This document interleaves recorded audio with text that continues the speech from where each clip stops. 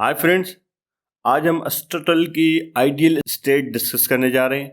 इससे पहले हमने प्लेटो की आइडियल स्टेट को डिस्कस किया था, उसके कॉन्सेप्ट को डिस्कस किया था। अरिस्टोटल के दूसरे कॉन्सेप्ट्स हैं उनको भी डिस्कस किया था। तो हम देखेंगे कि आइडियल स्टेट जो अरिस्टोटल ने बनाई थी उसके क्यों कॉन्स्टिट्यूएंट पार्ट कौन से थे। तो चलिए शुरू करते हैं बगैर किसी टाइम ज़ाया किए।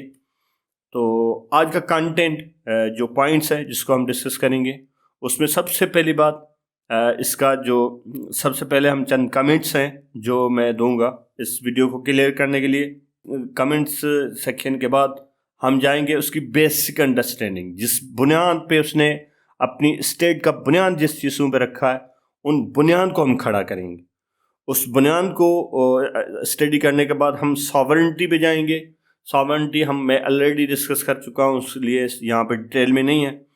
तो सॉवरेंटी को डिस्कस करेंगे कि किसको अरिस्टोटल ने अपनी आइडियल स्टेट जिसको आइडियल समझते हैं उसका सॉवरेन उसने किसको बनाया। और उसके बाद हम साइज़ देखेंगे कि उसकी आइडियल स्टेट की साइज़ कितनी होगी। उसके बाद हम देखेंगे कि उसकी स्टेट जो आइडियल स्टेट है वो आइडियल उसकी लोकेशन क्या होगी।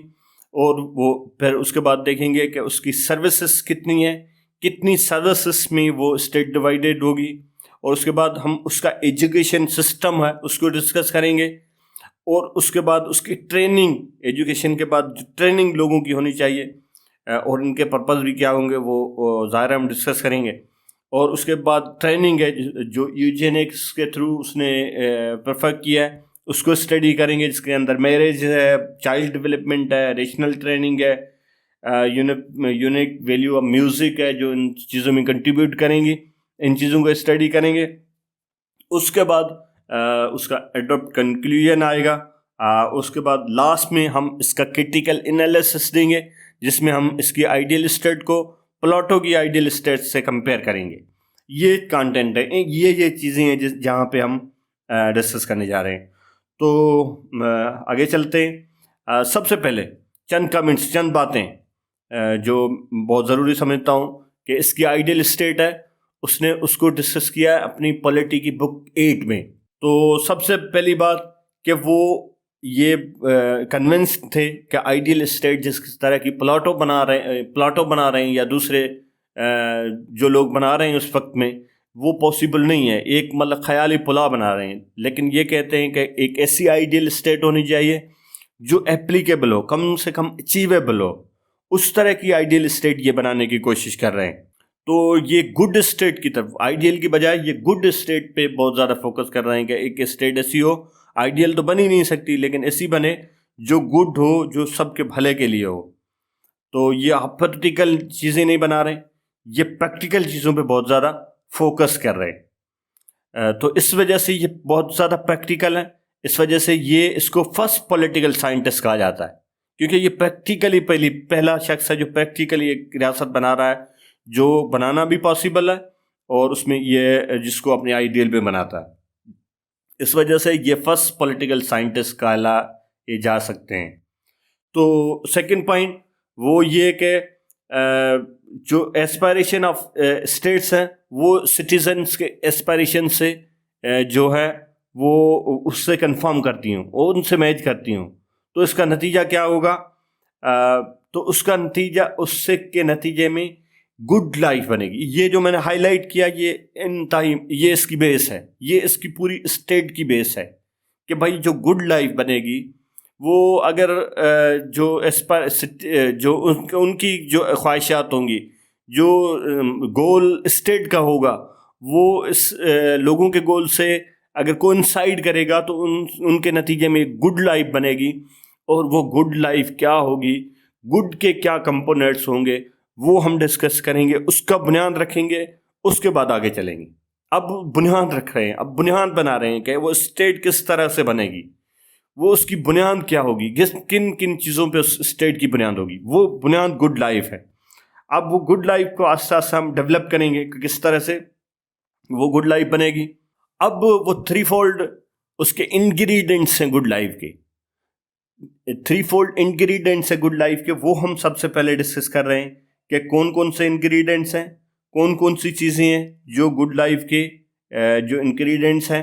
उनमें सबसे पहली चीज़ कुछ एक्सटर्नल गुड होते हैं, जो बाहर के गुड, जिसमें फर्ज करें हमारा घर है, हमारी गाड़ी है, या हमारा बाकी चीज़ें, जो चीज़ें हमसे बिलोंग करती हैं, वो एक्सटर्नल गुड है सारी। और सेकंड गुड है लाइफ के अंदर, वो बॉडी का गुड है, जिस्म का गुड है। मतलब हम परफेक्ट हैं, हमें अल्लाह ताला ने हाथ दिए हैं, आँखें दिए हैं, कान दिए हैं, ये बॉडी की सफाई सुथराई, और ये बहुत सारी चीज़ें हैं जो बॉडी के गुड हैं, जो बॉडी के अच्छाई हैं, जिसको हम खाते हैं पीते हैं, ये सारी बॉडी के गुड्स है। तीसरा गुड है वो गुड ऑफ सोल है, जिस रूह की अच्छाई, रूह अच्छा हो, रूह बेहतर हो, रूह खूबसूरत हो। तो ये जो तीसरा गुड है, ये इसकी बुनियाद बनता है। ये कहता है कि सबसे अच्छा जो गुड है, वो जो सबसे अच्छाई है, वो रूह का अच्छा होना है। और अब हम इसको थोड़ा डिटेल में देखते हैं।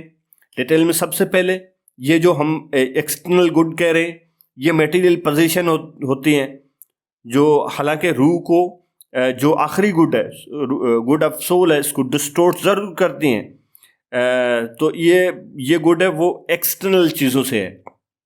और सेकंड के बारे में भी यही कहते हैं।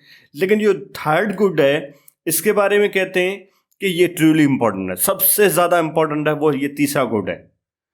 जो दूसरे दोनों गुड्स हैं वो डिपेंड ही इस पे करते हैं। दूसरे जो गुड्स हैं वो अच्छे हैं या बुरे हैं, वो डिपेंड ही इस पे करते हैं। अगर वो दूसरे गुड्स हैं वो इस रूह को अच्छे बना रहे हैं तो अच्छे हैं, वरना वो बुरे हैं।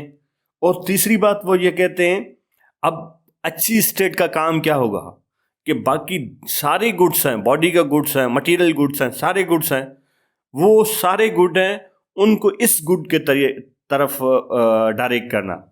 मतलब रूह को अच्छा बनाने के लिए, जिस्म है तो उसको, उसका जो अच्छाइयाँ होगी वो रूह को अच्छा करे, रूह को पाक करे, सोच को पाक करे, इंटेलेक्ट को पाक करे, और जो बाकी चीज़ें हैं इंसान को मैसर होती हैं, इस वजह से इंसान नेक हो, अच्छा हो, बेहतर हो, उसकी रूह अच्छी हो।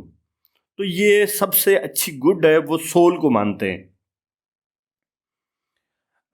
तो ये आखिरी बात कि हैप्पीनेस इन सबसे आ सकती है, लेकिन सबके लिए प्रायोरिटी चेंज है। मतलब हैप्पीनेस तो हम सब गुड से मिलती है, लेकिन हर किसी के लिए प्रायोरिटी अलग अलग है। तो आगे चलते हैं कि जो गुड स्टेट होगी वो ये सारी दूसरी जो गुड्स हैं इसको डायरेक्ट करेगी इस गुड को अच्छा करने के लिए। तो उसकी चंद जो गुड स्टेट होगी उसके चंद कैरेक्टरिस्टिक होंगे। अगर ये कैरेक्टरिस्टिक उसमें उस स्टेट में है तो ये यकीन माने कि वो रूह को अच्छा करेगी। सबसे पहली बात कि उसकी जो उसके अंदर मॉरलिटी इंडिकेटर्स हो, वो मॉरलिटी को अच्छा करने की स्टेट हो, पहली बात। सेकंड बात, वो नॉन एग्रेसिव हो और नॉन इम्पेरियलिस्टिक हो, दो बातें। तीसरी बात है वो इंटरनल पीस और इम्प्रूवमेंट पे बहुत ज़्यादा उसका फोकस हो। और थर्ड बात, वो उसके अंदर एक सफिशिएंट उसके अंदर मिलिट्री डिफेंस के लिए हो, लेकिन वो आसपास के लोगों को, नाइबर्स को इग्नोर नहीं करे, उसको तंग ना करे, उस पर हमला ना करे। आर्मी तो उसके सब पास सफिशिएंट हो, लेकिन वो दूसरों को तंग ना करे। ये इसने गुड स्टेट की क्वालिटीज़ बता दी। उसके बाद हम थर्ड पॉइंट पे आते हैं, वो सॉवरेंटी है। सॉवरेंटी के लिए मैं अलग से एक पूरा लेक्चर यहाँ पे अपलोड कर चुका हूँ। उसने कहा था कि कॉन्स्टिट्यूशनलिज्म वाला